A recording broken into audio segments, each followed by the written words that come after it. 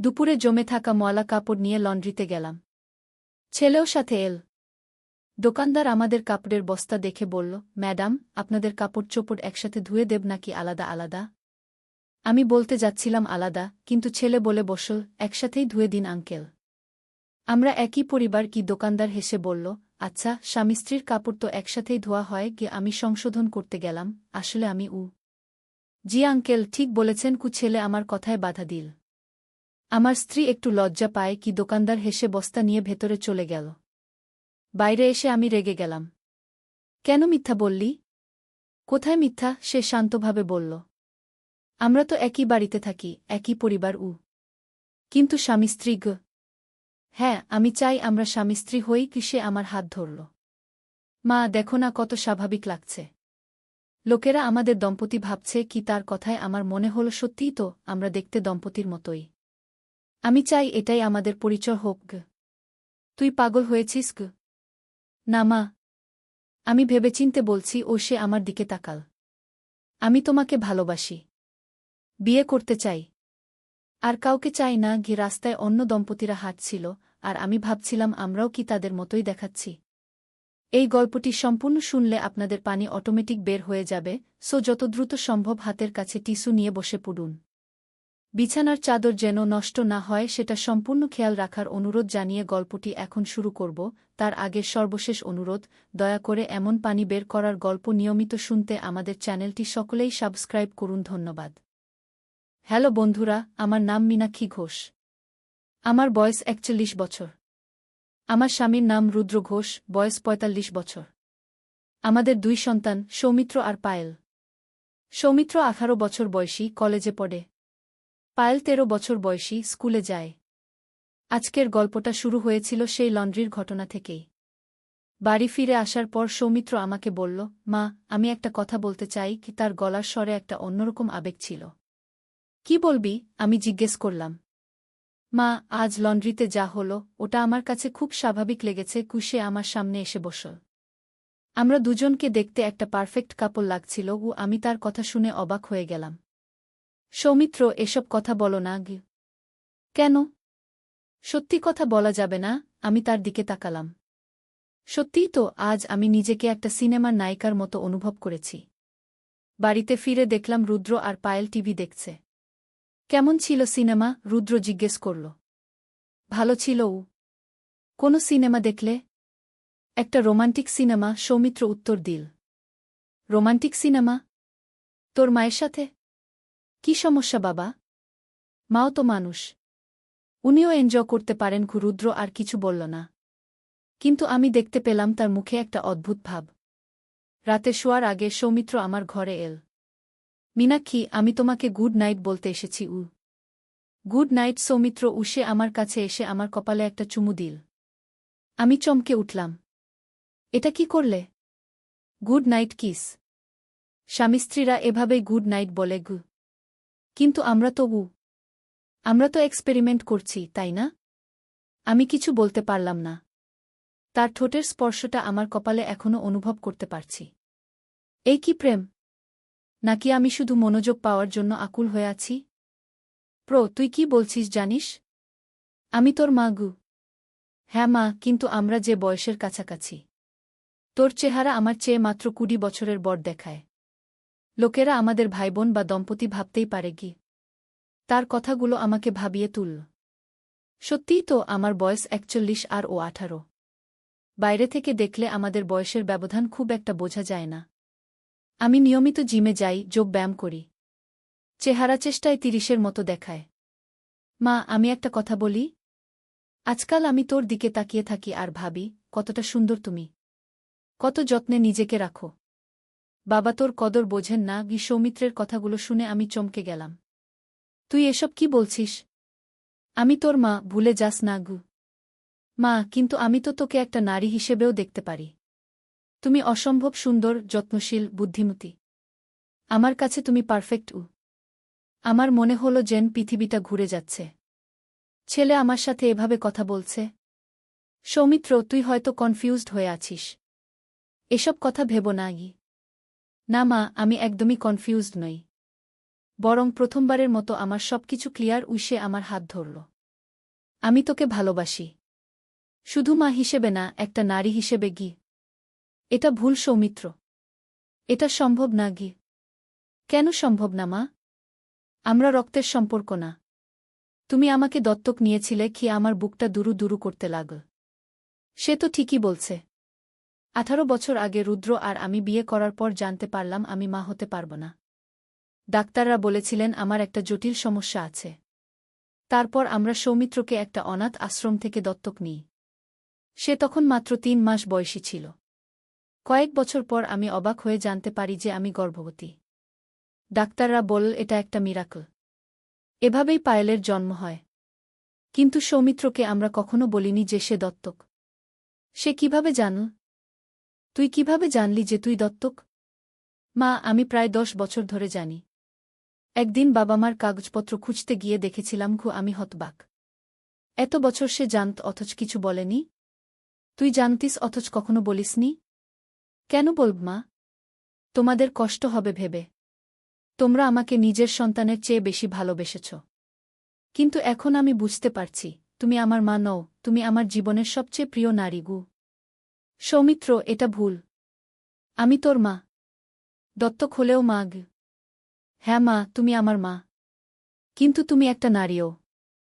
আর আমি একটা পুরুষ। আমরা একে অপরকে ভালোবাসতে পারি। আমি বুঝতে পারছিলাম না কি বলবো। একদিকে সে আমার ছেলে, যাকে আমি 18 বছর ধরে মানুষ করেছি। অন্যদিকে তার কথাগুলো আমার মনের গভীরে একটা অস্বীকার করার মতো অনুভূতি জাগাচ্ছিল। মা, আমি জানি এটা তোর কাছে হঠাৎ লাগছে। কিন্তু আমি অনেক দিন ধরেই এভাবে তোকে ভাবি গ। কতদিন ধরে? প্রায় 2 বছর হল। যখন আমি 16-এ পড়তাম তখন থেকেই তোর প্রতি আমার অনুভূতি পাল্টে গেছে গি। তুই কি পাগল হয়ে গেছিস? আমি তোর বয়সের দ্বিগুণ গু। না মা, তুমি আমার বয়সের দ্বিগুণ না। আমি 18, তুমি 41। মাত্র 23 বছরের পার্থক্য। আর তোকে দেখে মনে হয় না এত বয়স। সত্যিই, আমি নিজের চেহারা নিয়ে সচেতন। নিয়মিত স্কিন কেয়ার করি, জিমে যাই। রুদ্র প্রায়ই বলে আমাকে দেখতে 25-30-এর মতো লাগে। মা, আজ লন্ড্রিতে দোকানদার আমাদের স্বামী-স্ত্রী ভেবেছিল। সেটা কি তোর খারাপ লেগেছে? আমি ভাবতে চেষ্টা করলাম। খারাপ লেগেছে? না, বরং একটু ভালোই লেগেছিল। কেউ আমাকে আবার যুবতী ভাবল। এটা কোনো কথা হলো? মা, তুমি উত্তর দাওনি। খারাপ লেগেছে নাকি? আমি জানি না গু। দেখো, খারাপ লাগেনি। কারণ এটা স্বাভাবিক লেগেছে গি। ঠিক এই মুহূর্তে পায়েল স্কুল থেকে ফিরে এল। মা, আমি এসে গেছি গু। হ্যাঁ খোকা, হাত মুখ ধুয়ে নেকছি। পায়েল উপরে চলে গেল। সৌমিত্র আবার আমার কাছে এল। মা, আমি একটা প্রস্তাব দিই। আমরা একটা ট্রায়াল দিই। 1 মাসের জন্য। আমরা একে অপরকে বন্ধু হিসেবে ভাবি। স্বামী-স্ত্রীর মতো নয়, কিন্তু মাছেলেও নয় গ। এটা কি সম্ভব? কেন সম্ভব হবে না? আমরা পারি।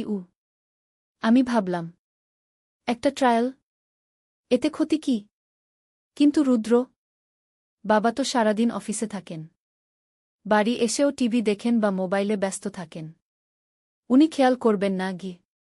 আর পায়েল ছোট। ও বুঝবে না গি। সৌমিত্র আমার সামনে হাঁটু গেড়ে বসল। মা, প্লিজ একটা চান্স দাও। 1 মাস। শুধু 1 মাস। আমি তার চোখের দিকে তাকালাম। এই চোখ আমি 18 বছর ধরে দেখছি। ছোটবেলায় এই চোখে ছিল নির্দোষতা, কৈশোরে ছিল দুষ্টুমি। আজ এই চোখে আমি দেখছি একটা পূর্ণবয়স্ক পুরুষের আকাঙ্ক্ষা। ঠিক আছে, 1 মাস। সত্যিই মা? হ্যাঁ, কিন্তু শর্ত আছে। পায়েল আর রুদ্রর সামনে সব স্বাভাবিক থাকতে হবে গি। অবশ্যই মা। আমি ওয়াদা দিচ্ছি গু। পরের দিন সকালে রুদ্র অফিসে গেল, পায়েল স্কুলে। আমি আর সৌমিত্র বাড়িতে একা। সৌমিত্র আমার কাছে এসে বলল, মা, আজ আমাদের প্রথম দিন। আমি কিছু নিয়ম বানিয়েছি গু। কি নিয়ম? প্রথমত, ঘরে আমরা একে অপরকে নাম ধরে ডাকব। তুমি আমাকে সৌমিত্র বলবে, আমি তোমাকে মীনাক্ষী বলব। এটা হবে? করতেই হবে মা। মানে মীনাক্ষী? এটা আমাদের এক্সপেরিমেন্টের অংশ। আচ্ছা, আর দ্বিতীয়ত আমরা একসাথে সব কাজ করব। রান্নাবান্না, ঘর পরিষ্কার, বাজার করা। তৃতীয়ত আমরা একসাথে টিভি দেখব, গান শুনব। আমি মাথা নাড়লাম। ঠিক আছে সৌমিত্র। ভালো লাগছে মীনাক্ষী নামটা তোমার মুখে। আরেকটা কথা, আমরা একসাথে বেড়াতেও যাব। কোথায়? আজ বিকেলে চলো আমরা পার্কে যাই। হাঁটতে হাঁটতে কথা বলি। বিকেলে আমরা পার্কে গেলাম। হাত ধরাধরি করে হাঁটছিলাম। সৌমিত্র বলল, মীনাক্ষী আমার খুব ভালো লাগছে গু। আমারও আসলেই আমার ভালো লাগছিল। কতদিন পর কেউ আমাকে নিয়ে এভাবে সময় দিচ্ছে। রুদ্র সবসময় ব্যস্ত। অফিস থেকে ফিরে এসে ক্লান্ত হয়ে পড়ে থাকে। আমার সাথে কথা বলার সময় নেই। কিন্তু সৌমিত্র আমার কথা শুনে, আমার মতামত নেয়। মীনাক্ষী, তোমার স্বপ্ন কি ছিল? স্বপ্ন? হ্যাঁ, ছোটবেলায় তুমি কি হতে চেয়েছিলে? আমি ভাবলাম। আমি একসময় গান শিখতে চেয়েছিলাম। রবীন্দ্রসঙ্গীত গু। তাহলে এখনো শুরু করো না কেন? এখন? এই বয়সে? কি হয়েছে এই বয়সে? তুমি তো একদমই যুবতী। তার কথায় আমি লজ্জা পেলাম। তুমি তো আমাকে খুশি করার জন্য বলছ গু। না, আমি সত্যি বলছি। তুমি অসম্ভব সুন্দর গো। আমরা পার্কের একটা বেঞ্চে বসলাম। সৌমিত্র আমার হাত ধরে বলল, মীনাক্ষী, আমি তোমাকে একটা গিফট দিতে চাই।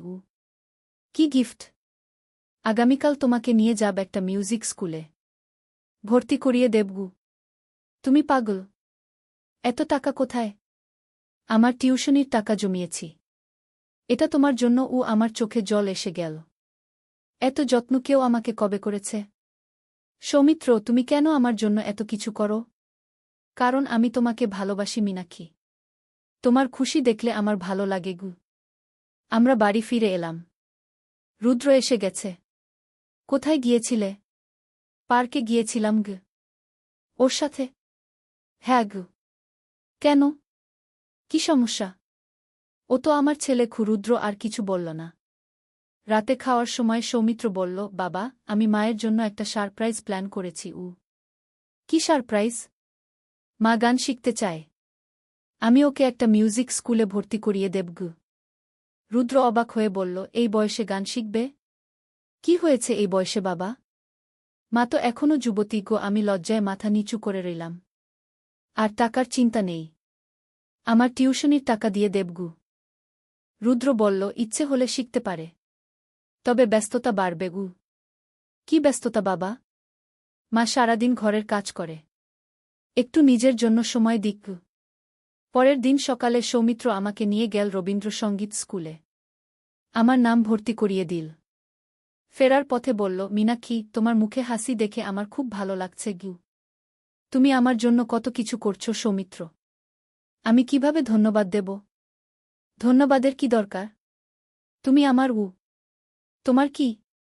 আমার সবচেয়ে প্রিয় মানুষ গো। আমি তার দিকে তাকালাম। তার চোখে এমন একটা ভালোবাসা দেখলাম যেটা রুদ্রর চোখে অনেক দিন দেখিনি।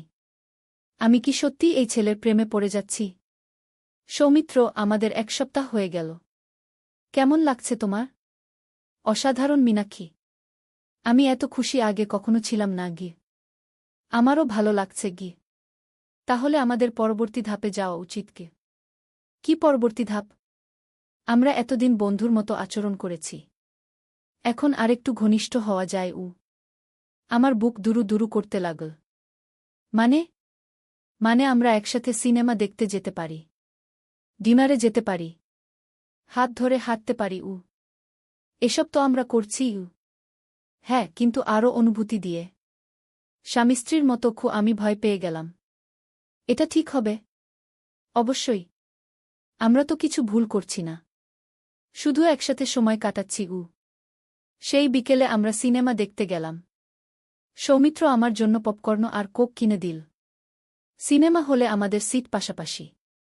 সিনেমার মধ্যে একটা রোমান্টিক সিন এলে সে আমার হাত ধরল। আমি তার হাতের স্পর্শ অনুভব করলাম।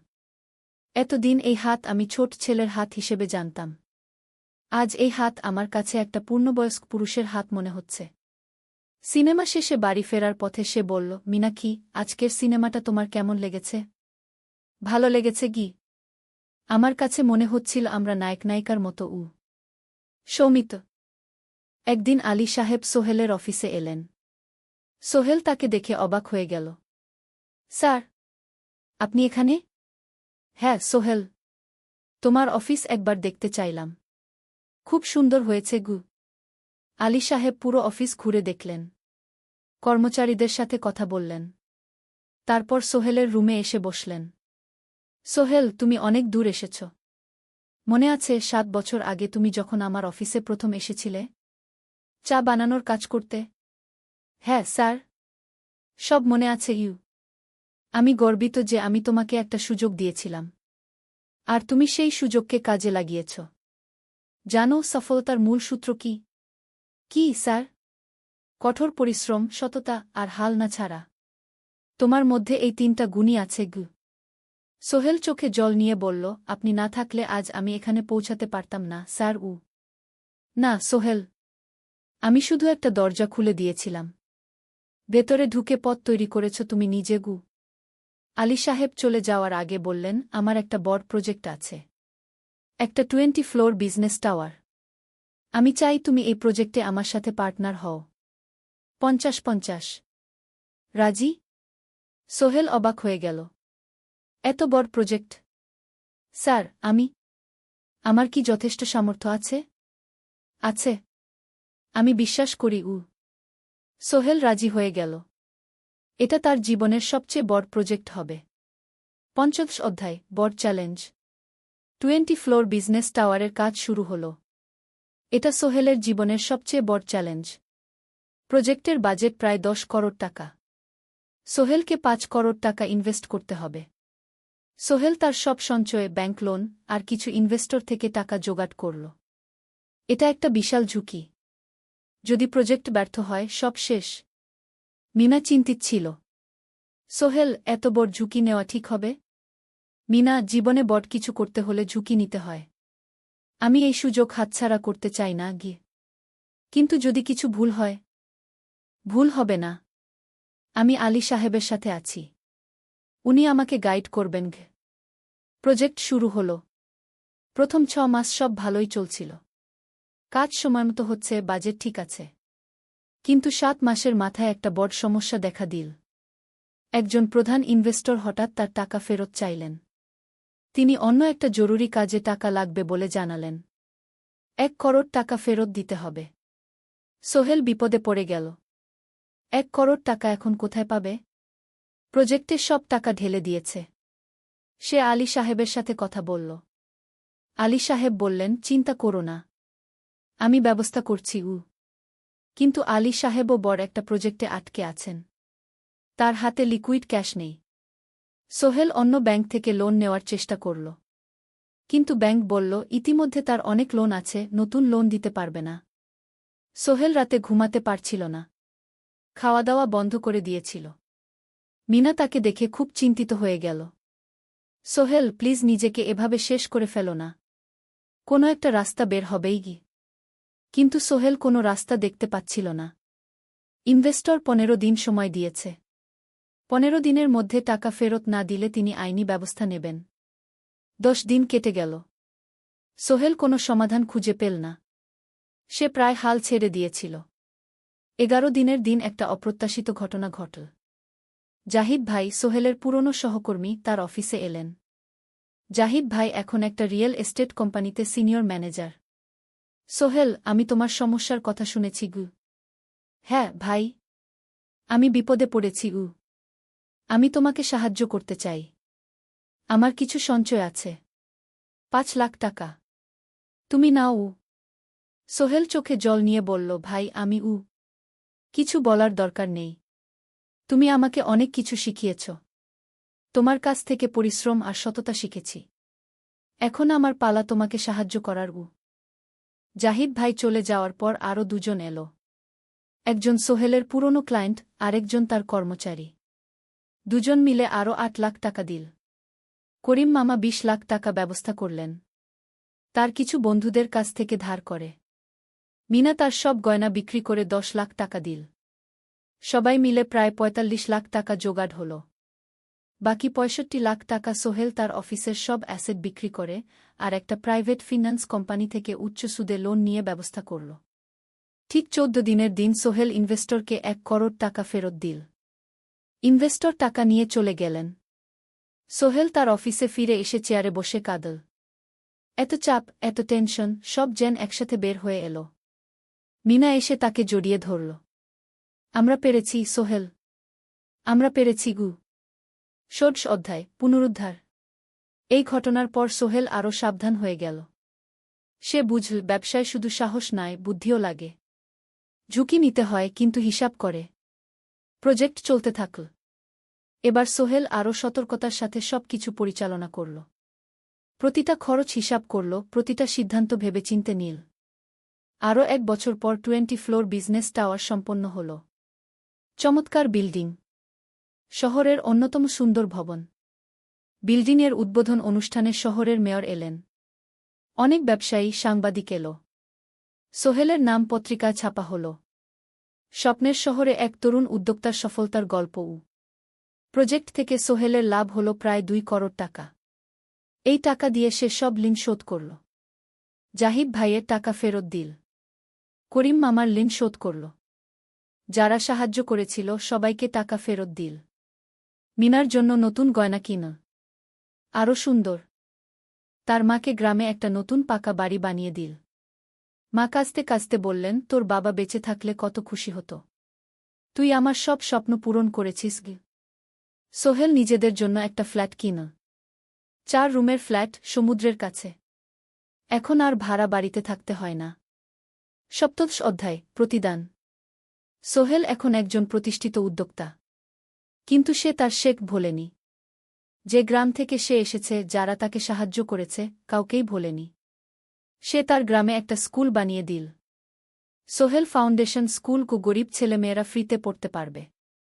ভালো শিক্ষক নিযোগ দিল। ভালো পড়াশোনার ব্যবস্থা করল। শহরে একটা ফ্রি মেডিকেল ক্লিনিক খুলল। গরিব মানুষরা ফ্রিতে চিকিৎসা পাবে। প্রতি বছর 10 জন মেধাবী কিন্তু গরিব ছাত্রছাত্রীকে স্কলারশিপ দেওয়া শুরু করল। তারা বিনামূল্যে পড়াশোনা করতে পারবে। একদিন একটা টিভি চ্যানেল সোহেলের ইন্টারভিউ নিতে এল। আপনার সফলতার গোপন সূত্র কি? সোহেল একটু ভেবে বলল, কঠোর পরিশ্রম, সততা আর হাল না ছাড়া। এই 3টা জিনিস যদি কারো মধ্যে থাকে, সে যে কোনো কিছু অর্জন করতে পারে। আর সবচেয়ে বড় কথা, যারা আমাকে সাহায্য করেছে তাদের ছাড়া আমি কিছুই না। একা কেউ সফল হতে পারে না গি। আপনার পরবর্তী স্বপ্ন কি? আমি চাই আরও মানুষকে সাহায্য করতে। আমার মতো যারা গ্রাম থেকে শহরে আসে তাদের জন্য একটা ট্রেনিং সেন্টার খুলব। তারা সেখানে বিভিন্ন স্কিল শিখতে পারবে, চাকরি পাবে, নিজের পায়ে দাঁড়াতে পারবে গু। অষ্টাদশ অধ্যায়, নতুন প্রজন্ম। আরও 5 বছর কেটে গেল। সোহেল এখন 45 বছরের। তার মেয়ে সারা এখন 9 বছরের। স্কুলে ক্লাস 4-এ পড়ে। খুব মেধাবী মেয়ে। একদিন সারা বাবাকে জিজ্ঞেস করল, বাবা, তুমি কিভাবে এত বড় হলে? আমার বন্ধুরা বলে তুমি একজন সফল মানুষ গো। সোহেল তাকে কোলে নিয়ে বসল। বাবা, তুমি জানো, তোমার দাদু ছিলেন একজন স্কুল শিক্ষক। খুব সৎ মানুষ। কিন্তু আমরা গরিব ছিলাম। আমি রিকশা চালাতাম গো। রিকশা? সত্যি? হ্যাঁ। তারপর আমি এই শহরে এলাম। অনেক কষ্ট করেছি, কিন্তু হাল ছাড়িনি। মানুষ আমাকে সাহায্য করেছে। আর আমি কঠোর পরিশ্রম করেছি। বাবা, আমিও কি তোমার মতো হতে পারব? অবশ্যই পারবে বাবা। তবে মনে রেখো, সফলতা মানে শুধু টাকা পয়সা না।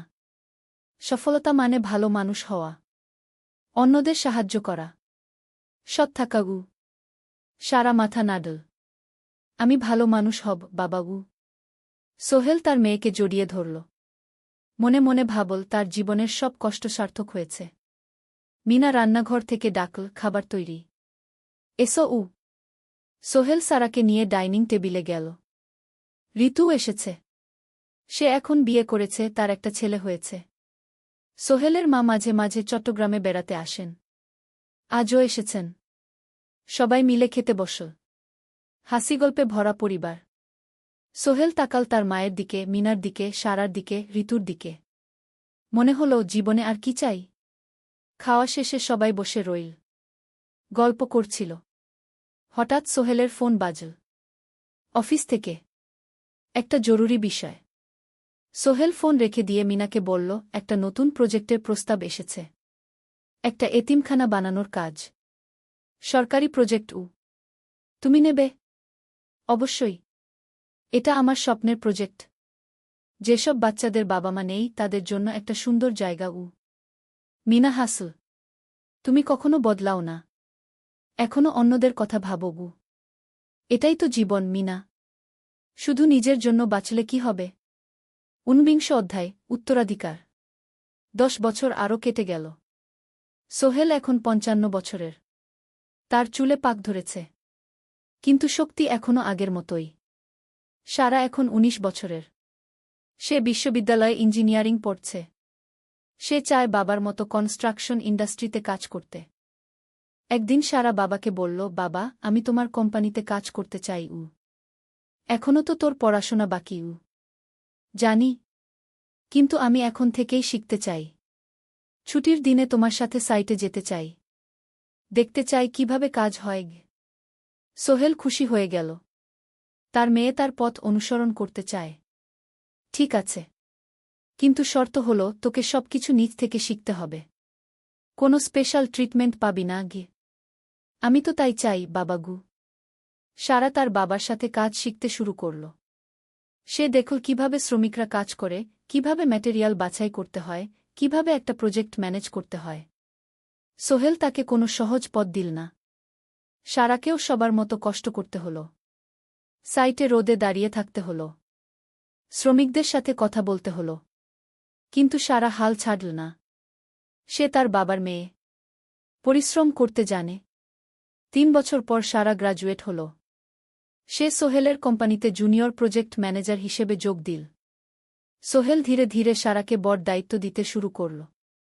সারা তার বাবার মতোই সৎ, পরিশ্রমী। ২০ অধ্যায়, সমাপ্তি নয়, নতুন শুরু। আরও ৫ বছর পর। সোহেল এখন ৬০ বছরের। সে সিদ্ধান্ত নিল, এবার অবসর নেওয়ার সময় এসেছে। কোম্পানির দায়িত্ব সারাকে দেবে। একটা অনুষ্ঠান করা হল। সোহেল আনুষ্ঠানিকভাবে কোম্পানির চেয়ারম্যান পদ থেকে অবসর নিল। সারা হল নতুন ম্যানেজিং ডিরেক্টর। সোহেল তার বক্তব্যে বলল, আমি যখন এই শহরে এসেছিলাম আমার পকেটে ছিল মাত্র ৫,০০০ টাকা। একটা ছোট্ট ব্যাগ। আর অনেক স্বপ্ন। আজ ৪০ বছর পর আমি পেছনে ফিরে তাকাই, দেখি একটা দীর্ঘ পথ। সেই পথে অনেক কষ্ট ছিল, অনেক বাধা ছিল। কিন্তু ছিল অনেক ভালোবাসাও। অনেক মানুষের সাহায্যও। আমি বিশ্বাস করি, সফলতা একা আসে না। এটা আসে অনেক মানুষের সমর্থন, ভালোবাসা আর বিশ্বাস নিয়ে। আমি যা কিছু অর্জন করেছি তা আমার একার না। এটা আমার পরিবারের, আমার কর্মচারীদের, আমার বন্ধুদের, সবার। আজ আমি আমার মেয়ে সারার হাতে এই দায়িত্ব তুলে দিচ্ছি। আমি জানি সে আমার চেয়ে ভালো করবে। কারণ সে শিখেছে আমার ভুল থেকে, আমার অভিজ্ঞতা থেকে। অনুষ্ঠান শেষ হল। সবাই চলে গেল। সোহেল আর মিনা অফিসে একা দাঁড়িয়ে রইল।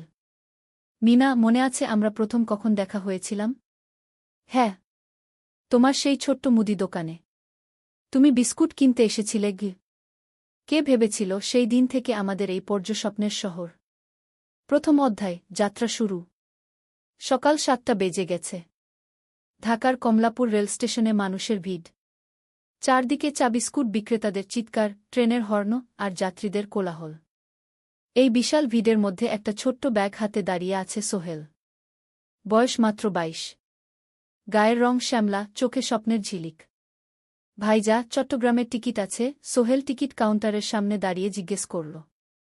আছে। ৩০ টাকা। কাউন্টারের লোকটা উত্তর দিল। সোহেল তার পকেট থেকে টাকা বের করল। মোট ৫,০০০ টাকা। এই টাকা সে জমিয়েছে গত ৩ বছরে রিকশা চালিয়ে। তার স্বপ্ন ছিল চট্টগ্রাম গিয়ে একটা ভালো চাকরি পাওয়া। গ্রামে আর থাকতে চায় না সে। বাবা মারা গেছেন ১০ বছর আগে। মা আর ছোট বোন ঋতুকে নিয়ে সংসার চালাচ্ছিল রিকশা চালিয়ে। কিন্তু এভাবে তো আর সারা জীবন চলবে না। টিকিট কেটে সোহেল প্ল্যাটফর্মে এল। ট্রেন ছাড়বে আর মাত্র ১৫ মিনিট পরে। সে একটা বেঞ্চে বসে পড়ল। ব্যাগটা বুকের কাছে চেপে ধরল। এই ব্যাগে আছে তার সব সম্পদ, কিছু কাপড়, একটা ছোট্ট ফটো ফ্রেমে বাবা মায়ের ছবি, আর কিছু টাকা। কোথায় যাচ্ছেন? পাশে বসা একজন বয়স্ক মানুষ জিজ্ঞেস করলেন। চট্টগ্রাম, কাকা। চাকরি খুঁজতে যাচ্ছি কি? সোহেল বিনয়ের সাথে উত্তর দিল। ভালো। তবে শহরে সাবধানে থাকবেন। শহর মানে অনেক সুযোগ, কিন্তু অনেক ফাঁদও আছে, বয়স্ক লোকটা বললেন। সোহেল মাথা নাড়ল। সে জানে শহরের জীবন সহজ না। কিন্তু তার কোনো বিকল্প নেই। গ্রামে রিকশা চালিয়ে মাসে ৩,৫০০ টাকা আয় হতো। তার মধ্যে সংসার চালাতে হতো, বোনের স্কুলের খরচ দিতে হতো, মায়ের ওষুধের খরচ দিতে হতো। কিছুই বাঁচত না। আর এই জীবন থেকে বেরোনোর একটাই পথ, শহরে গিয়ে ভালো কাজ খুঁজে নেওয়া। সোহেল মনে মনে ভাবল তার বাবার কথা। বাবা ছিলেন একজন স্কুল শিক্ষক। খুব সৎ মানুষ ছিলেন। সবসময় বলতেন, সোহেল, তুই লেখাপড়া শিখে বড় মানুষ হবি। আমাদের পরিবারে আর কেউ বড় চাকরি করেনি। তুই করবি। কিন্তু বাবা যখন মারা গেলেন তখন সোহেল মাত্র এসএসসি পরীক্ষা দিয়েছে। ফলাফল ভালো হয়েছিল, জিপিএ অর্ধচতু। কিন্তু বাবার মৃত্যুর পর আর পড়া হল না। পরিবারের দায়িত্ব নিতে হল। ট্রেন ছাড়ল। সোহেল জানালার পাশে বসে বাইরে তাকাল। ধানক্ষেত, নদী, ছোট ছোট গ্রাম, সব পেছনে ফেলে ট্রেন এগিয়ে চল। সোহেলের মনে হল সে যেন তার পুরনো জীবনটাকেও পেছনে ফেলে আসছে। ট্রেনে একজন হকার এসে চা বিক্রি করছিল। সোহেল একটা চা কিনল। ১০ টাকা। চা খেতে খেতে সে ভাবছিল, চট্টগ্রাম পৌঁছে কি হবে? করিম মামা তাকে সাহায্য করবেন তো? চাকরি পাওয়া যাবে তো? করিম মামা আসলে সোহেলের খুব দূর সম্পর্কের মামা। সোহেলের দাদির বোনের ছেলে। অনেক বছর আগে গ্রাম ছেড়ে চট্টগ্রামে চলে গিয়েছিলেন। সেখানে একটা কনস্ট্রাকশন কোম্পানিতে কাজ করেন। বছরে একবার দুবার গ্রামে আসতেন। গত বছর যখন এসেছিলেন তখন সোহেলের মাকে বলেছিলেন, সোহেলকে চট্টগ্রাম পাঠান। আমি একটা কাজের ব্যবস্থা করে দেব। সেই কথাতেই ভরসা করে সোহেল আজ এই যাত্রা। দ্বিতীয় অধ্যায়, নতুন শহর। চট্টগ্রাম পৌঁছাতে প্রায় ৬ ঘণ্টা লেগে গেল। দুপুর ১টা বাজে। সোহেল স্টেশন থেকে বের হয়ে শহরের রাস্তায় দাঁড়াল। কি বিশাল শহর! এত গাড়ি, এত মানুষ। চারদিকে উঁচু উঁচু বিল্ডিং, দোকানপাট, মানুষের ভিড়। সোহেল কিছুক্ষণ দাঁড়িয়ে থাকল, সব কিছু দেখতে দেখতে। তার মনে হচ্ছিল সে যেন অন্য কোনো পৃথিবীতে এসে পড়েছে।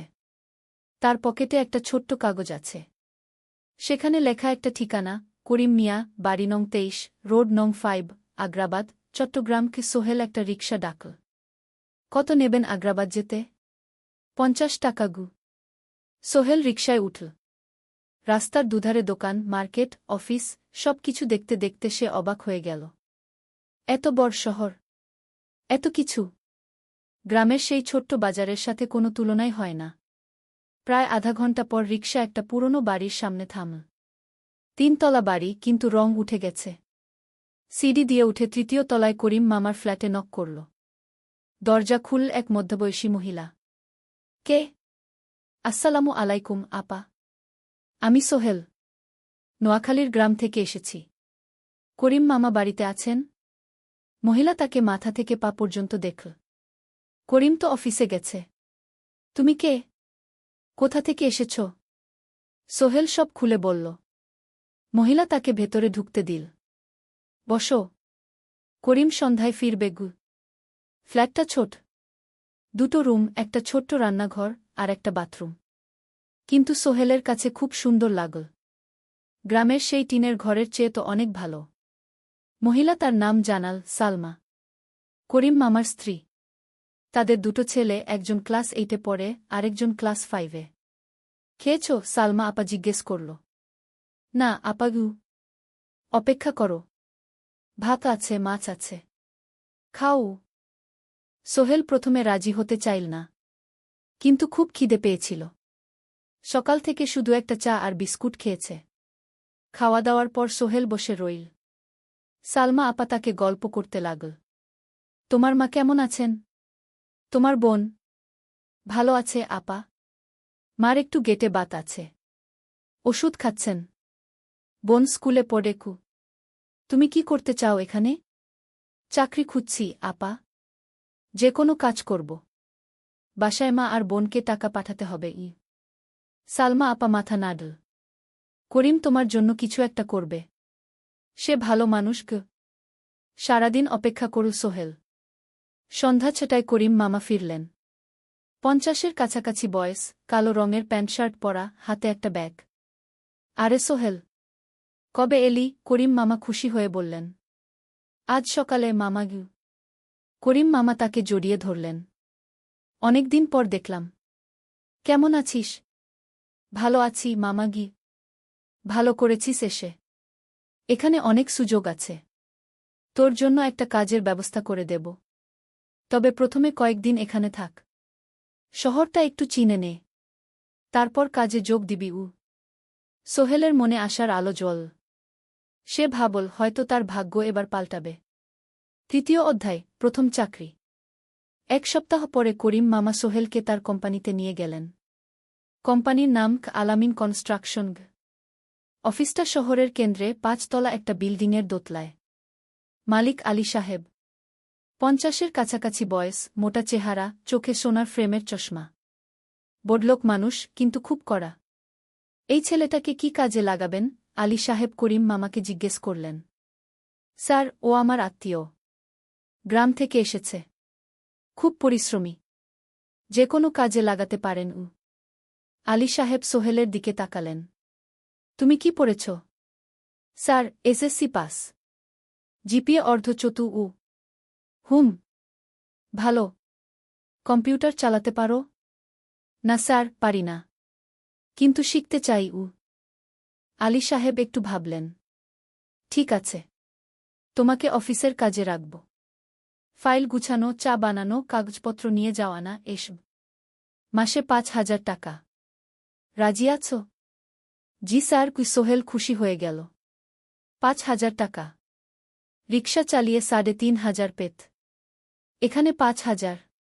কাজ শুরু হলো পরদিন থেকে। সকাল 8টায় অফিসে যেতে হয়, ফিরতে হয় সন্ধ্যা 7টায়। প্রথম দিন সোহেল ঘুম থেকে উঠল ভোর 5টায়। তৈরি হয়ে 7:30টায় অফিসের উদ্দেশ্যে বের হল। করিম মামার বাড়ি থেকে অফিস প্রায় 5 কিলোমিটার। বাসে যেতে হয়। অফিসে পৌঁছে সোহেল দেখল সেই প্রথম আলী সাহেব এখনও আসেননি। অফিস খোলা ছিল না। 8-10 মিনিট পর একজন লোক এসে অফিস খুল। তুমি নতুন? জি। আমি সোহেল। আমি জাহিদ, অ্যাসিস্ট্যান্ট ম্যানেজার। এসো। জাহিদ ভাই সোহেলকে সব কিছু দেখাল। অফিসে মোট 6 জন কর্মচারী। 2 জন ইঞ্জিনিয়ার, একজন অ্যাকাউন্ট্যান্ট, একজন অ্যাসিস্ট্যান্ট ম্যানেজার, জাহিদ ভাই, একজন রিসেপশনিস্ট, আর এখন সোহেল। সোহেলের কাজ শুরু হলো চা বানানো দিয়ে। তারপর অফিস পরিষ্কার করা, ফাইল গুছানো, কাগজপত্র এক জায়গা থেকে আরেক জায়গায় নিয়ে যাওয়া। কাজ কঠিন না, কিন্তু সারাদিন দৌড়ঝাঁপ করতে হয়। দুপুরে খাবারের জন্য আধা ঘন্টা বিরতি। সোহেল একটা ছোট হোটেলে গিয়ে ভাতরাল তরকারি খেল। 50 টাকা। সন্ধ্যায় অফিস বন্ধ হল। সোহেল ক্লান্ত হয়ে বাসায় ফিরল। কেমন লাগল প্রথম দিন? করিম মামা জিজ্ঞেস করলেন। ভালো মামা। অনেক কিছু শিখলাম। প্রথম মাসের শেষে সোহেল বেতন পেল 5,000 টাকা। সে 3,000 টাকা মাকে পাঠাল। মা ফোনে কাঁদতে লাগলেন। আল্লাহ তোকে ভালো রাখুক সোহেল। সোহেলের চোখেও জল এলো। তার মনে হল সে একটা বড় কাজ করতে পেরেছে। 4র্থ অধ্যায়, শহরের জীবন। 3 মাস কেটে গেল। সোহেল এখন শহরের সাথে মিশে গেছে। প্রতিদিন অফিসে যাও আসার পথে সে দেখে হাজারো মানুষের জীবন। কেউ সফল, কেউ ব্যর্থ। কিন্তু সবাই চলছে নিজের পথে। সোহেল অফিসের কাজের পাশাপাশি কম্পিউটার শেখার চেষ্টা করছে। অফিসে একটা কম্পিউটার আছে। যখন কেউ ব্যবহার করে না, তখন সোহেল একটু একটু শিখার চেষ্টা করে। জাহিদ ভাই তাকে সাহায্য করেন। সোহেল, তুমি যদি কম্পিউটার ভালোভাবে শিখতে পারো, তাহলে তোমার ভবিষ্যৎ উজ্জ্বল। জাহিদ ভাই একদিন বললেন। কিভাবে শিখব ভাই? ট্রেনিং সেন্টারে যাও। সন্ধ্যায় ক্লাস আছে। মাসে 2,000 টাকা লাগবে গি। সোহেল ভাবল। 2,000 টাকা অনেক। কিন্তু এটা বিনিয়োগ। ভবিষ্যতের জন্য। সে একটা ট্রেনিং সেন্টারে ভর্তি হল।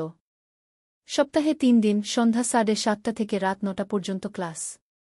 কম্পিউটারের basic, MS Word, Excel, PowerPoint, internet ব্যবহার। একদিন অফিস থেকে ফেরার সময় সোহেল একটা দোকানে চা খেতে গেল। দোকানের পাশেই একটা ছোট্ট মুদি দোকান। সেখানে একটা মেয়ে বসে আছে। বয়স হবে 20-এর কাছাকাছি। সাদাসিধে চেহারা, সাদা শাড়ি পরা, কিন্তু চোখে এক ধরনের দৃঢ়তা। ভাইজা, এক প্যাকেট বিস্কুট দেন কি? সোহেল বলল। মেয়েটা বিস্কুট দিল। 20 টাকা। সোহেল টাকা দিয়ে যাচ্ছিল, হঠাৎ মেয়েটা বলল, আপনি নতুন এসেছেন এই এলাকায়, তাই না? হ্যাঁ। 3 মাস হল। কিভাবে বুঝলেন? আপনার চেহারা দেখেই বোঝা যায়। এখনও গ্রামের ছোঁয়া আছে। আর আপনি প্রতিদিন এই পথ দিয়ে যান। দেখেছি কি? মেয়েটা হাসল। সোহেলও হেসে ফেল। আপনি খুব পর্যবেক্ষক মনে হচ্ছে গি। জীবনে অনেক কিছু দেখেছি। তাই মানুষকে চিনতে শিখেছি গি। আপনার নাম? মিনা। এই দোকান আমার বাবার। উনি অসুস্থ, তাই আমি দেখছি গু। সেদিন থেকে সোহেল প্রায়ই সেই দোকানে যেতে শুরু করল। মিনার সাথে গল্প করত। ধীরে ধীরে তাদের মধ্যে একটা বন্ধুত্ব তৈরি হল। মিনাও তার জীবনের গল্প বলল। মিনার মা মারা গেছেন যখন সে মাত্র 7 বছরের। বাবা আব্দুল হামিদ একা হাতে মিনাকে বড় করেছেন। মুদি দোকান দিয়ে সংসার চালান। মিনা কলেজে পড়ে, অনার্স 2nd ইয়ার। সকালে কলেজে যায়, দুপুরে ফিরে এসে দোকান সামলায়। বাবার হার্টের সমস্যা আছে, তাই ভারী কাজ করতে পারেন না। তোমার স্বপ্ন কি? একদিন সোহেল জিজ্ঞেস করল। গ্র্যাজুয়েশন শেষ করে একটা ভালো চাকরি করব। তারপর বাবাকে ভালো চিকিৎসা করাব। তুমি? আমিও চাকরি করে পরিবারকে ভালোভাবে দেখভাল করতে চাই। মা আর বোনকে নিয়ে শহরে আনব একদিন গু। দুজনেই নিজেদের স্বপ্নের কথা বলতে গিয়ে বুঝল তাদের স্বপ্ন অনেকটা একই রকম। 5ম অধ্যায়, বিপদ। 6 মাস কেটে গেল। সোহেল এখন আলী সাহেবের খুব প্রিয় কর্মচারী। সে শুধু চা বিস্কুট দেওয়ার কাজই করে না, এখন কম্পিউটারেও কিছু কাজ শিখেছে। ছোটখাটো টাইপিং, ডেটা এন্ট্রি এসব করতে পারে। আলী সাহেব খুশি হয়ে তার বেতন বাড়িয়ে 8,000 টাকা করে দিয়েছেন। একদিন রাতে সোহেল অফিস থেকে ফিরছিল। সেদিন একটু দেরি হয়ে গেছে। রাত প্রায় 9টা। সাধারণত সোহেল সন্ধ্যা 7:30টায় ফিরে। কিন্তু সেদিন অফিসে একটা জরুরি কাজ ছিল। বাস থেকে নেমে সোহেল বাড়ির দিকে হাঁটছিল। হঠাৎ একটা অন্ধকার গলিতে 3 জন লোক তাকে ঘিরে ধরল। তাদের চেহারা দেখেই বোঝা যাচ্ছিল ভালো উদ্দেশ্য নিয়ে আসেনি। টাকা দে তাড়াতাড়ি, একজন বলল। তার হাতে একটা ছুরি। সোহেল ভয় পেয়ে গেল। ভাই, আমার কাছে খুব কম টাকা আছে গি। যা আছে দে। তাড়াতাড়ি করো। সোহেল কাঁপতে কাঁপতে তার পকেট থেকে 5 টাকা বের করে দিল। এই টাকা দিয়ে সে বাজার করবে ভেবেছিল। কিন্তু ছিনতাইকারীরা সন্তুষ্ট হল না। শুধু 5 টাকা? তোর ব্যাগে কি আছে? তারা সোহেলের ব্যাগ কেড়ে নিল। ব্যাগে ছিল তার মোবাইল, কম্পিউটার ট্রেনিং সেন্টারের সার্টিফিকেট আর কিছু গুরুত্বপূর্ণ কাগজপত্র। না ভাই, ব্যাগটা ফেরত দেন। ওতে আমার জরুরি জিনিস আছে। মোবাইল নিয়ে নেন, কিন্তু ব্যাগটা দেন গু। কিন্তু ওরা শুনল না। একজন সোহেলকে জোরে ধাক্কা দিল। সোহেল পড়ে গেল। মাথা রাস্তার কংক্রিটে ধাক্কা লেগে গেল। রক্ত বের হল। 3 জন দৌড়ে পালিয়ে গেল। কিছুক্ষণ সোহেল অজ্ঞান হয়ে পড়ে রইল। তারপর ধীরে ধীরে জ্ঞান ফিরল। মাথায় প্রচণ্ড ব্যথা। সে উঠে দাঁড়ানোর চেষ্টা করল, কিন্তু মাথা ঘুরছিল। কোনোমতে একটা দেয়াল ধরে দাঁড়াল। একজন পথচারী তাকে দেখে থামল। কি হয়েছে ভাই? ছিনতাই হয়েছে গি। এসো, আমি তোমাকে হাসপাতালে নিয়ে যাই। কিন্তু সোহেল রাজি হল না। না, ঠিক আছি।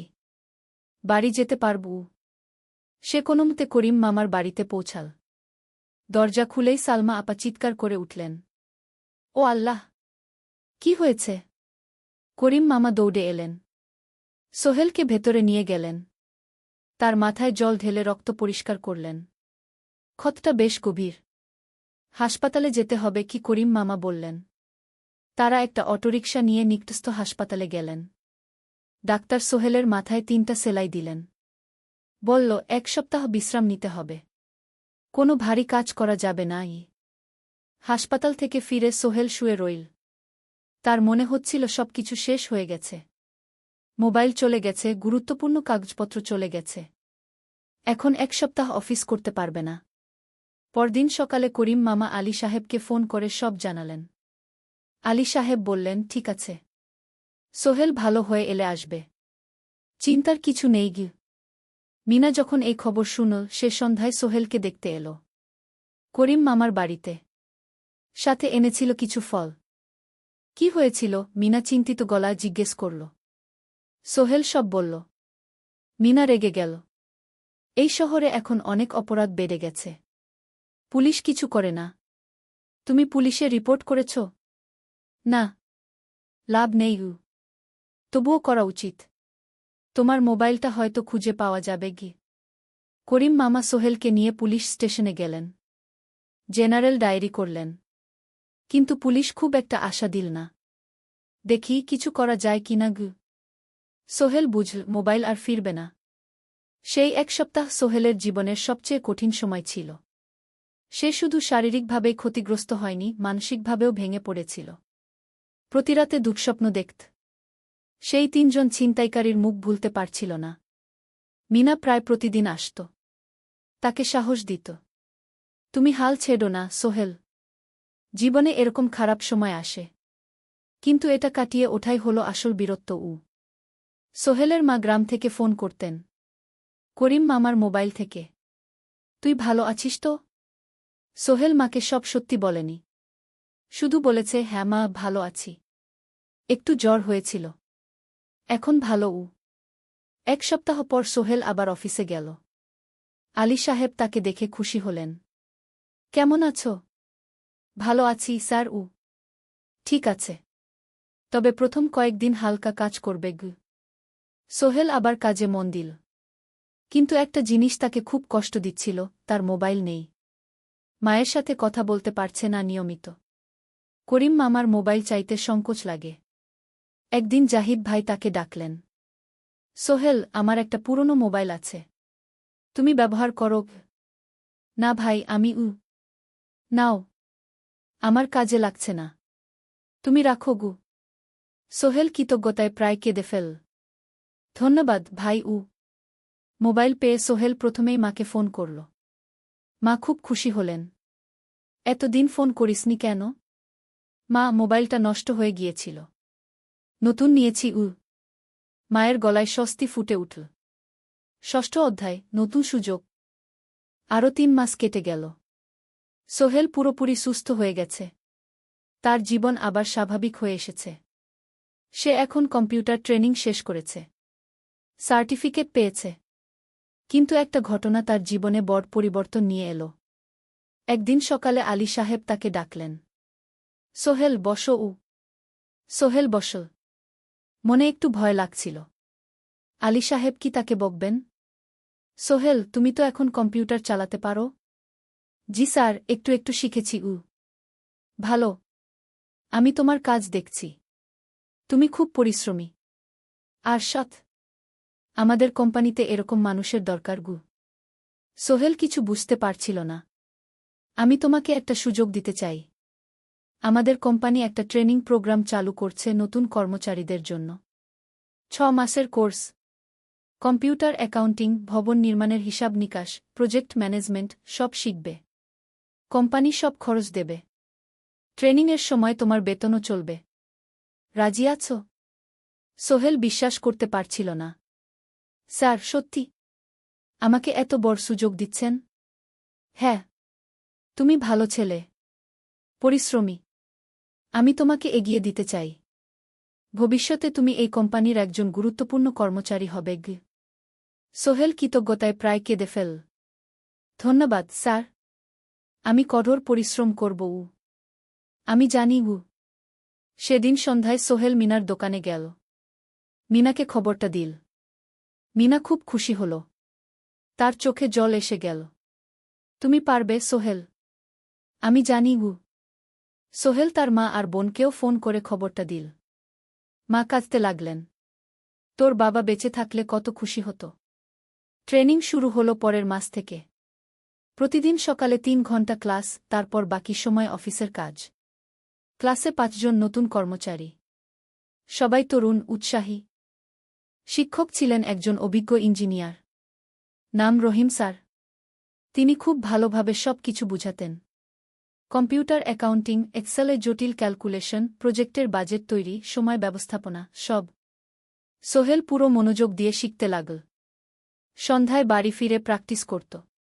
করিম মামার ছেলের কাছ থেকে একটা ল্যাপটপ ধার নিত কখনো কখনো। 6 মাস পরে ট্রেনিং শেষ হল। সবাই সার্টিফিকেট পেল। আলী সাহেব একটা অনুষ্ঠান করলেন। সোহেল সেরা পারফর্মার হিসেবে একটা বিশেষ পুরস্কার পেল, 5,000 টাকা বোনাস। আলী সাহেব ঘোষণা করলেন, সোহেল, আজ থেকে তুমি আমাদের জুনিয়র অ্যাকাউন্ট অ্যাসিস্ট্যান্ট। তোমার বেতন 15,000 টাকা গু। সোহেল অবাক হয়ে গেল। 8,000 থেকে 15,000, প্রায় দ্বিগুণ। সেদিন রাতে সোহেল ঘুমাতেই পারল না। খুশিতে, উত্তেজনায় তার চোখে ঘুম নেই। সে ভাবল তার জীবন কিভাবে বদলে যাচ্ছে। 2 বছর আগে যে রিকশা চালাত, আজ সে একটা নামকরা কোম্পানির অ্যাকাউন্ট অ্যাসিস্ট্যান্ট। 7ম অধ্যায়, প্রেম ও প্রস্তাব। 1.5 বছর হয়ে গেল সোহেলের চট্টগ্রাম আসার। সে এখন একজন সফল যুবক। তার মা গ্রামে খুব খুশি। প্রতি মাসে সোহেল 10,000 টাকা পাঠায়। ছোট বোন ঋতু এখন কলেজে ভর্তি হয়েছে সোহেলের পাঠানো টাকায়। মায়ের চিকিৎসাও ভালোভাবে হচ্ছে। মিনার সাথে সোহেলের সম্পর্ক এখন আর শুধু বন্ধুত্ব নয়। দুজন দুজনকে ভালোবাসে। কিন্তু কেউ কাউকে সরাসরি বলার সাহস পায়নি। প্রতিদিন দেখা হয়, গল্প হয়, কিন্তু সেই একটা কথা বলা হয়ে ওঠে না। একদিন শুক্রবার ছুটির দিন। সোহেল মিনাকে বলল, আজ কি একটু ঘুরতে যাবে? কোথায়? পতেঙ্গা বিচ। তুমি কি কখনো গেছ? না। কিন্তু আমার দোকান গ। শুক্রবার। তোমার বাবা সামলাবে গ। মিনা রাজি হয়ে গেল। দুপুরে দুজনে বাস নিয়ে পতেঙ্গা গেল। সমুদ্র দেখে মিনা অবাক হয়ে গেল। কি সুন্দর! দুজনে বালিতে বসল। ঢেউয়ের শব্দ শুনতে শুনতে গল্প করছিল। হঠাৎ সোহেল বলল, মিনা, তোমার সাথে কিছু বলার ছিল। বলো। সোহেল একটা লম্বা শ্বাস নিল। তুমি জানো, আমি তোমাকে ভালোবাসি। মিনা হাসল। তার চোখ ভিজে গেল। জানি। আমিও তোমাকে ভালোবাসি, সোহেল গু। সোহেল অবাক হয়ে গেল। সত্যি? হ্যাঁ। অনেকদিন ধরেই জানি। তুমি আমার জীবনে এসে সব কিছু বদলে দিয়েছ। তোমার সাথে থাকলে আমার মনে হয় আমি যে কোনো কিছু করতে পারব গু। দুজনে কিছুক্ষণ চুপ করে বসে রইল। সমুদ্রের ঢেউ এসে পায়ে লাগছিল। সূর্য পশ্চিমে ঢলে পড়ছে। আকাশ লালকুমলা হয়ে গেছে। কিন্তু আমার বাবার সাথে কথা বলতে হবে কি? মিনা বলল। আমি তৈরি। যখন বলবে তখন বলব। পরের সপ্তাহে সোহেল মিনার বাবার সাথে কথা বলল। আব্দুল হামিদ সাহেব প্রথমে একটু দ্বিধা করলেন। তুমি কোনো পরিবারের ছেলে? তোমার বাবা কি করতেন? সোহেল সব সত্যি বলল। তার বাবা ছিলেন স্কুল শিক্ষক। মারা গেছেন 10 বছর আগে। মা গ্রামে থাকেন। ছোট বোন কলেজে পড়ে। তুমি নিজে কি করো? আমি আলামিন কনস্ট্রাকশন কোম্পানিতে জুনিয়র অ্যাকাউন্ট অ্যাসিস্ট্যান্ট। মাসে 15,000 টাকা বেতন। আব্দুল হামিদ সাহেব ভাবলেন। তারপর বললেন, দেখো, মিনা আমার একমাত্র সন্তান। তার মা নেই। আমি একা তাকে বড় করেছি। আমি চাই মিনা একজন ভালো ছেলের সাথে বিয়ে হোক। তুমি দেখতে ভালো ছেলে মনে হচ্ছে। কিন্তু আমাকে তোমার মায়ের সাথে দেখা করতে হবে। তোমার পরিবারকে জানতে হবে গি। জি আঙ্কেল। আমি ব্যবস্থা করছি। সোহেল খুশিতে আটখানা। সে সেদিন রাতেই তার মাকে ফোন করল। মাকে সব বলল। মা প্রথমে অবাক হলেন। তারপর খুশি হলেন। মিনা মেয়েটা কেমন? খুব ভালো, মা। তুমি দেখলে পছন্দ করবে গি। ঠিক আছে। আমি আর ঋতু আসছি চট্টগ্রাম। 2 সপ্তাহ পর সোহেলের মা আর বোন চট্টগ্রাম এলো। সোহেল তাদের নিয়ে মিনার বাড়িতে গেল। 2 পরিবার একসাথে বসল। মিনার বাবা সোহেলের মাকে দেখে খুশি হলেন। সোহেলের মা সহজ সরল ভদ্রমহিলা। আপনার ছেলে খুব ভালো। মিনা তাকে পছন্দ করে। আমিও রাজি গো, আব্দুল হামিদ সাহেব বললেন। আমার সোহেল সৎ ছেলে। মিনাকে খুব ভালোবাসে। আমি জানি ও মিনাকে সুখে রাখবে কি, সোহেলের মা বললেন। বিয়ের তারিখ ঠিক হল। 3 মাস পর। এই 3 মাসে সোহেল যথেষ্ট টাকা জমাবে। বিয়ে হবে সাদামাটা কিন্তু সুন্দর। অষ্টম অধ্যায়, নতুন পথ। 3 মাস কেটে গেল দ্রুত। সোহেল প্রতিদিন কঠোর পরিশ্রম করছিল। অফিসে তার কাজের প্রশংসা হচ্ছে। আলী সাহেব তাকে এখন ছোটখাটো প্রজেক্টের হিসাব দেখতে দিচ্ছেন। সোহেল তার সঞ্চিত টাকা দিয়ে বিয়ের আয়োজন করল। বিয়ে হল মিনার বাড়ির কাছের একটা কমিউনিটি সেন্টারে। খুব বেশি লোক আসেনি। 2 পরিবারের আত্মীয় স্বজন আর অফিসের কয়েকজন সহকর্মী। কিন্তু অনুষ্ঠান ছিল খুব সুন্দর। সোহেল যখন মিনাকে বিয়ের পোশাকে দেখল, তার মনে হল পৃথিবীর সবচেয়ে সুন্দর মেয়ে সে। লাল শাড়ি পরা, মুখে হালকা মেকআপ, কিন্তু তার স্বাভাবিক সৌন্দর্য ছিল আসল। বিয়ের পর সোহেল একটা ছোট্ট ফ্ল্যাট ভাড়া নিল। 2 রুমের ফ্ল্যাট, মাসে ভাড়া 5,000 টাকা। মিনা এখনও তার পড়াশোনা চালিয়ে যাচ্ছে। আরও 1 বছর বাকি গ্র্যাজুয়েশন শেষ হতে। সোহেলের মা আর বোন গ্রামে ফিরে গেল। মা বলে গেলেন, সোহেল, মিনাকে ভালো রাখিস। মেয়েরা অনেক ত্যাগ করে সংসার করতে গু। জানি মা গু। নতুন জীবন শুরু হল। সোহেল সকালে অফিসে যায়, সন্ধ্যায় ফেরে। মিনা সকালে কলেজে যায়, দুপুরে ফিরে রান্না করে, ঘর গোছায়। সন্ধ্যায় দুজনে একসাথে বসে পড়াশোনা করে, গল্প করে, টিভি দেখে। জীবন সুন্দর ছিল। কিন্তু চ্যালেঞ্জও ছিল। মাসিক খরচ, ভাড়া 5,000, বাজার 3,000, বিদ্যুৎ গ্যাস 1,000, মায়ের জন্য 5,000, মিনার কলেজের খরচ 1,200। মোট প্রায় 14,000 টাকা। বাঁচত মাত্র 1,000 খানেক। কিন্তু সোহেল হাল ছাড়ল না। সে সন্ধ্যায় একটা কম্পিউটার ট্রেনিং সেন্টারে পার্ট টাইম পড়ানো শুরু করল। সপ্তাহে 3 দিন 2 ঘন্টা করে। এতে মাসে আরও 3,000 টাকা আসতে লাগল। মিনাও বসে থাকল না। সে বাড়িতে বসে কয়েকজন স্কুলের ছাত্রছাত্রীকে টিউশন পড়াতে শুরু করল। মাসে 2,000 টাকা আয়। এভাবে কেটে গেল 6 মাস। দুজন মিলে পরিবার চালাচ্ছে, স্বপ্ন দেখছে। একদিন সোহেল বলল, মিনা, আমি একটা নতুন স্বপ্ন দেখছি গু। কি? আমি নিজে একটা ছোট্ট কনস্ট্রাকশন কোম্পানি খুলতে চাই। ছোট ছোট প্রজেক্ট নেব। বাড়ি মেরামত, ছোট বিল্ডিং বানানো, এসব। তোমার কি যথেষ্ট অভিজ্ঞতা আছে? আছে। আমি 2 বছর ধরে এই কাজের সাথে জড়িত। অনেক কিছু শিখেছি। আর আলী সাহেবও আমাকে সাহায্য করবেন গু। কিন্তু টাকা কোথায়? কোম্পানি খুলতে তো অনেক টাকা লাগবে গি। আমি জমাচ্ছি। আরও 1 বছর কাজ করব। তারপর চেষ্টা করব। মিনা তাকে সমর্থন দিল। তুমি পারবে। তোমার মধ্যে সেই শক্তি আছে গি। নবম অধ্যায়, চ্যালেঞ্জের সময়। কিন্তু ভাগ্য সবসময় অনুকূলে থাকে না। সোহেল যখন স্বপ্ন দেখছিল নিজের কোম্পানি খোলার, তখনই একটা বড় সমস্যা এলো। আলী সাহেবের কোম্পানি একটা বড় প্রজেক্ট পেয়েছিল। একটা 10তলা বিল্ডিং বানানোর কাজ। কিন্তু প্রজেক্টের প্রধান ইনভেস্টর হঠাৎ পালিয়ে গেল। তিনি কোম্পানির কাছ থেকে প্রায় 50 লাখ টাকা নিয়ে গেছেন, কিন্তু কাজ শেষ হয়নি। কোম্পানি বড় ক্ষতির মুখে পড়ল। আলী সাহেব অনেক কর্মচারীকে ছাঁটাই করতে বাধ্য হলেন। প্রায় 10 জনকে চাকরি থেকে বাদ দিলেন।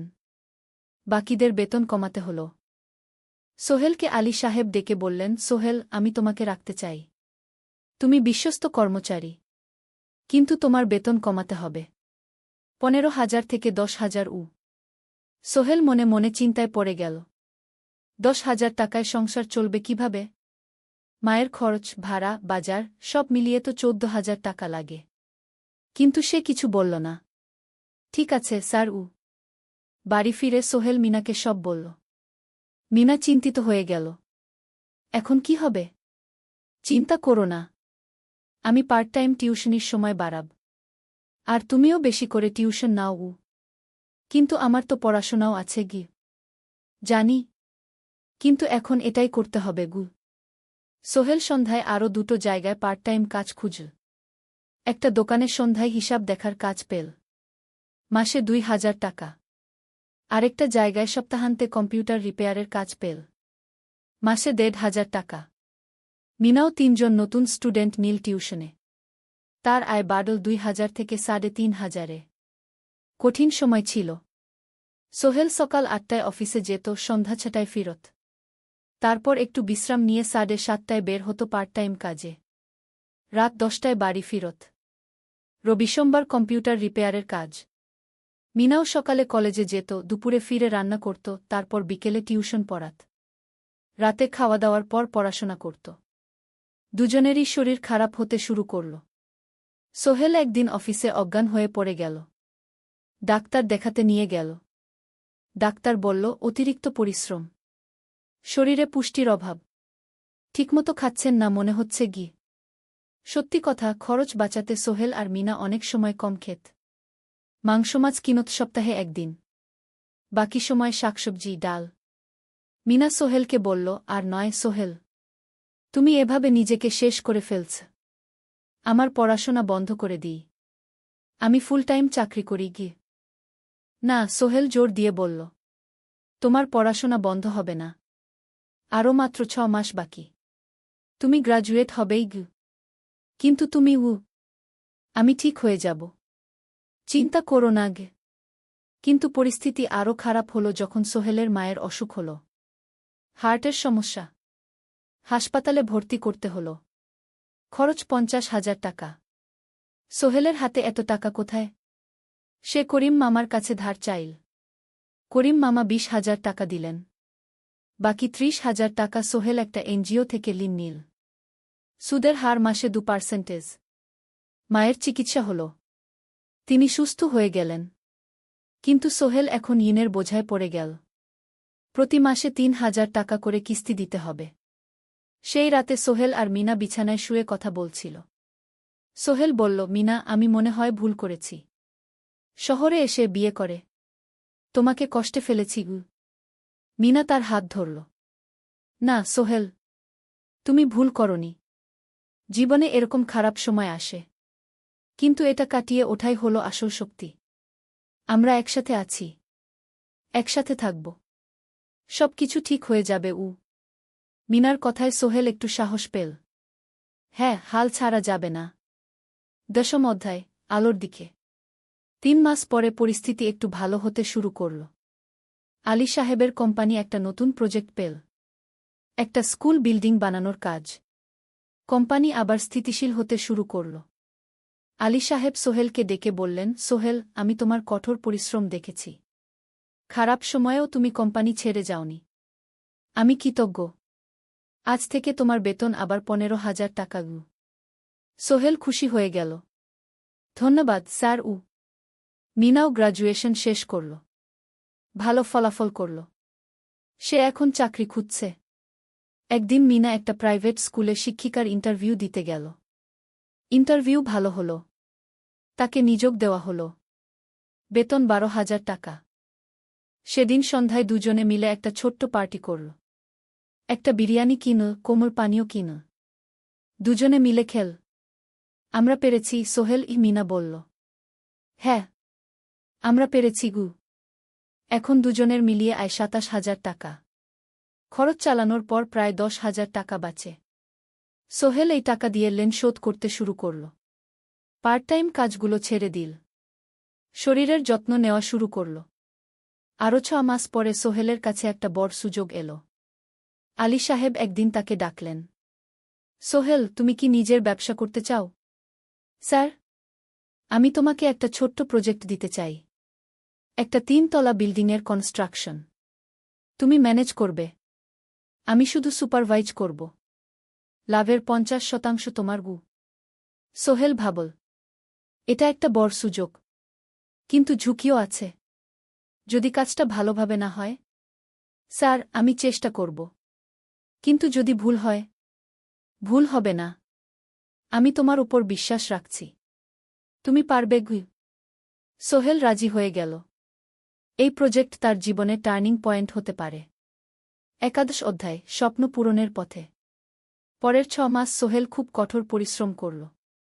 প্রজেক্টটা ম্যানেজ করা সহজ ছিল না। শ্রমিক নিযোগ, ম্যাটেরিয়াল কেনা, কাজের তদারকি, সময়মতো কাজ শেষ করা, সব দায়িত্ব তার। প্রথম 2 মাস খুব চাপের মধ্যে গেল। একদিন একজন শ্রমিক কাজ করতে গিয়ে আহত হল। সোহেল তাকে হাসপাতালে নিয়ে গেল, তার চিকিৎসার খরচ দিল। এতে প্রজেক্টের বাজেট একটু বাড়ল, কিন্তু সোহেল জানত এটা করা দরকার। আরেকদিন ভুল ম্যাটেরিয়াল ডেলিভারি হল। সোহেল সেগুলো ফেরত পাঠাল, সঠিক জিনিস আনাল। এতে 3 দিন দেরি হল, কিন্তু কাজের মান ঠিক রইল। মিনা তাকে সবসময় সাপোর্ট করছিল। সে এখন চাকরিতে স্থিতিশীল। স্কুলের বাচ্চারা তাকে পছন্দ করে। প্রিন্সিপাল তার কাজে খুশি। প্রজেক্ট শেষ হল 6 মাসে। সময়মতো বাজেটের মধ্যে। বিল্ডিংয়ের মালিক খুব খুশি হলেন। তিনি আলী সাহেবকে ধন্যবাদ দিলেন। আলী সাহেব বললেন, ধন্যবাদ আমাকে না, এই ছেলেকে দিন। সোহেল পুরো প্রজেক্ট ম্যানেজ করেছে। প্রজেক্ট থেকে মোট লাভ হল 3 লাখ টাকা। সোহেল পেল 1.5 লাখ টাকা। তার জীবনে এত টাকা এই প্রথম। সে করিম মামার ঋণ শোধ করল। এনজিওর বাকি ঋণ শোধ করল। তারপর তার মাকে 50,000 টাকা পাঠাল। মা দিয়ে গ্রামের বাড়িটা একটু মেরামত করাল। বোন ঋতুর জন্য একটা ল্যাপটপ কিনল। বাকি টাকা দিয়ে সোহেল একটা ব্যাংক অ্যাকাউন্টে জমা রাখল ভবিষ্যতের জন্য। আলী সাহেব সোহেলকে আরও 2টো প্রজেক্ট দিলেন। এবার একটু বড়। সোহেল আত্মবিশ্বাসের সাথে সেগুলোও শেষ করল।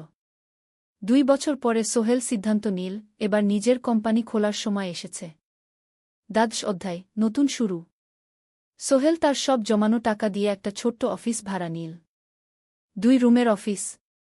একটা রুমে কাজের জায়গা, আরেকটায় ছোট্ট মিটিং রুম। অফিসের সামনে একটা বোর্ড লাগাল, Sohel construction and development. Mina তাকে সাহায্য করছিল। সে অফিসের অ্যাকাউন্টস দেখত সন্ধ্যায় স্কুল থেকে ফিরে। 2জন মিলে একটা টিম। প্রথমে ছোট ছোট কাজ নিল। বাড়ি মেরামত, দোকান সংস্কার, ছোট বিল্ডিং কনস্ট্রাকশন। কাজের মান ভালো রাখার চেষ্টা করল। সময়মতো শেষ করল। দাম ন্যায্য রাখল। ধীরে ধীরে সোহেলের সুনাম ছড়িয়ে পড়ল। মানুষ তাকে বিশ্বাস করত। তার কাছে নতুন নতুন কাজ আসতে লাগল। প্রথম বছর খুব কষ্ট হল। কখনো লাভ হতো, কখনো লস। কিন্তু সোহেল থেমে থাকল না। সে শিখতে লাগল ব্যবসা কিভাবে চালাতে হয়। দ্বিতীয় বছরে পরিস্থিতি ভালো হল। সোহেল এখন 3জন স্থায়ী কর্মচারী নিয়োগ দিল। একজন ইঞ্জিনিয়ার, একজন সুপারভাইজার, একজন অফিস সহায়ক। তৃতীয় বছরে একটা বড় প্রজেক্ট পেল। একটা স্কুল বিল্ডিং বানানোর কাজ। 5 তলা বিল্ডিং। সোহেল পুরো মনোযোগ দিয়ে কাজটা করল। শ্রমিকদের ভালো বেতন দিল, ভালো ম্যাটেরিয়াল ব্যবহার করল, সময়মতো কাজ শেষ করল। স্কুল কর্তৃপক্ষ খুব খুশি হল। তারা সোহেলের কাজের প্রশংসা করল।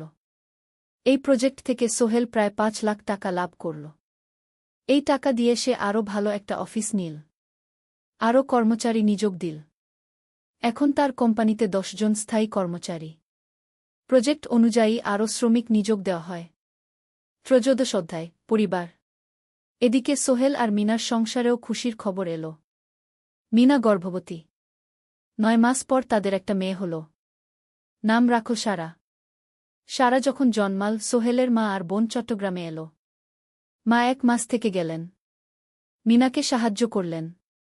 সোহেল এখন একটা বড় ফ্ল্যাট ভাড়া নিয়েছে। 3 রুমের ফ্ল্যাট। একটা রুমে সোহেল, মিনা, একটায় সারা, আরেকটায় অতিথি রুম। মায়ের জন্য সোহেল সিদ্ধান্ত নিল তাকে চট্টগ্রামে নিয়ে আসবে। গ্রামে একা থাকা ঠিক না। কিন্তু মা রাজি হলেন না। না বাবা, আমি গ্রামেই থাকব।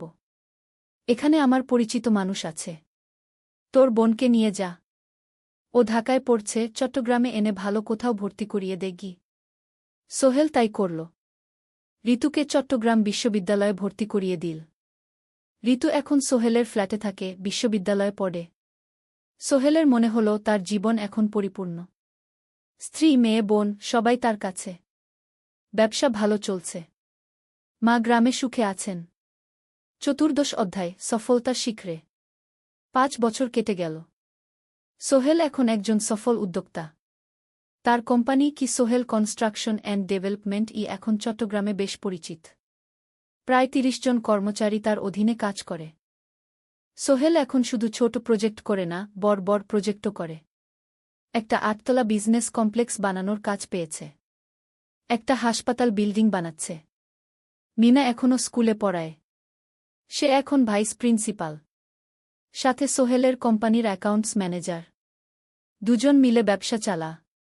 সারা এখন 4 বছরের। স্কুলে ভর্তি হয়েছে। খুব চালাক মেয়ে। ঋতু বিশ্ববিদ্যালয় থেকে গ্রাজুয়েট হয়ে একটা ব্যাংকে চাকরি পেয়েছে। একদিন আলী সাহেব